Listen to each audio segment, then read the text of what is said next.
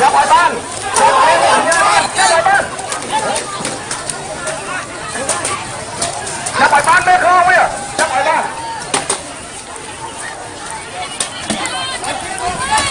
luôn con bay mình được không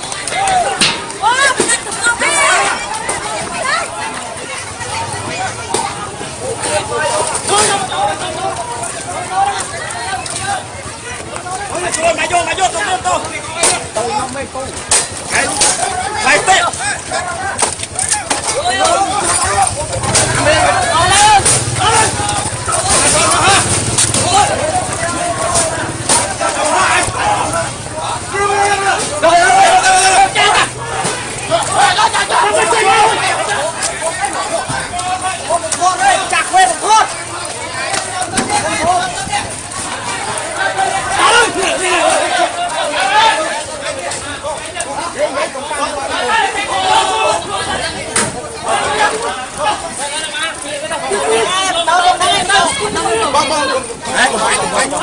Hả?